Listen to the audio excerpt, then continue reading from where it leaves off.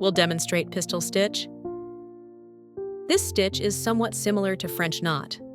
Let me demonstrate. First, come up here at middle point. Then same as French knot. One hand holds thread, one hand holds needle.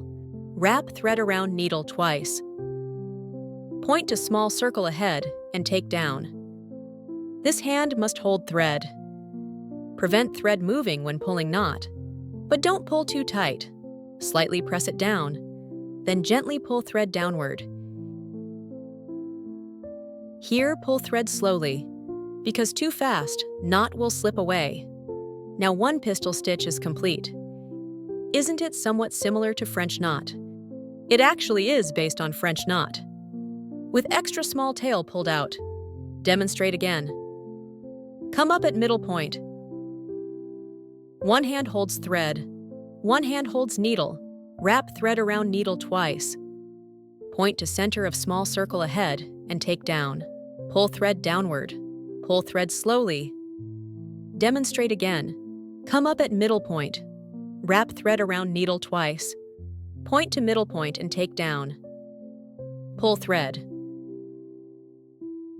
Following this operation method, stitch all remaining ones.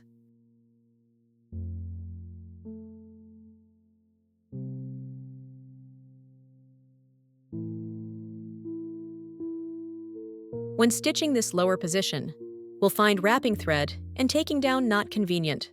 Can change direction, change bottom to top. This way stitching will be more convenient. Here I won't change.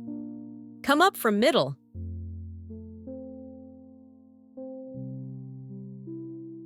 This stitch reminds me of dandelion fluff. Can use it for decoration, for some flower accents, or for some berry plants accents. All good choices. Can stitch very realistic effects.